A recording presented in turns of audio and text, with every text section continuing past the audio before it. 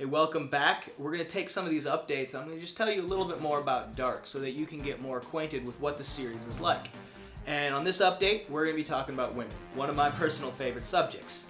You see, I love strong female characters. I think there's a short supply of those in Hollywood and other forms of media. So much so that Joss Whedon was bringing up in Equality Now speech, which if you haven't seen it, I suggest you check it out. It's fantastic. I've got the link below.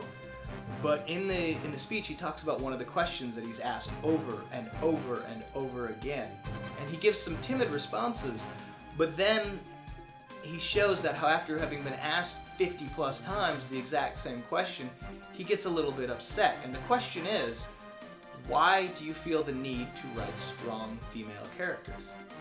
And he gets so angry with it that by the end his response is, why aren't you asking 100 other guys why they aren't writing strong female characters?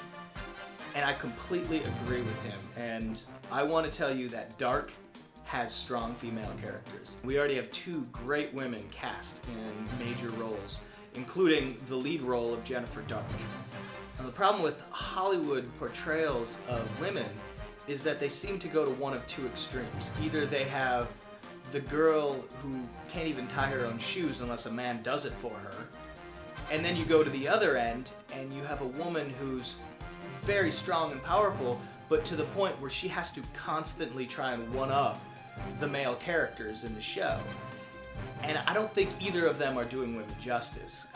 I was raised with a very, very strong woman for a mother, and I never, ever once saw her have to compete with a man to show her strength. Because for her, it wasn't something that needed to be proved that women are equal to men. That was just a given. And so she operated in such a way. And I want to write women that have that same mindset. They don't need to puff out their chest to show that they can keep up with the boys. They just are themselves. And you're going to see a progression of Jennifer Darke throughout the series because, for the most part, Jennifer Darke doesn't think too highly of herself at the beginning. But there are certain glimpses that you'll get to see her inner character. For example, when her younger brother is threatened, she becomes very ferocious and will stop at nothing to destroy that which is trying to destroy her brother. And then as the series progresses, this becomes more and more because there's a prophecy that says she's going to destroy the Empress. And at first, she thinks, well, how on earth could I do that? I'm just an average girl. There's nothing special about me.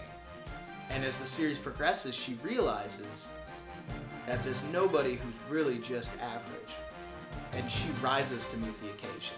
And it's going to be a fantastic story, and you're going to love to see this progression and her confidence in herself just consistently increasing as the series goes on. So if you haven't had a chance, please help us out with this project so that we can bring this story to you. Thank you.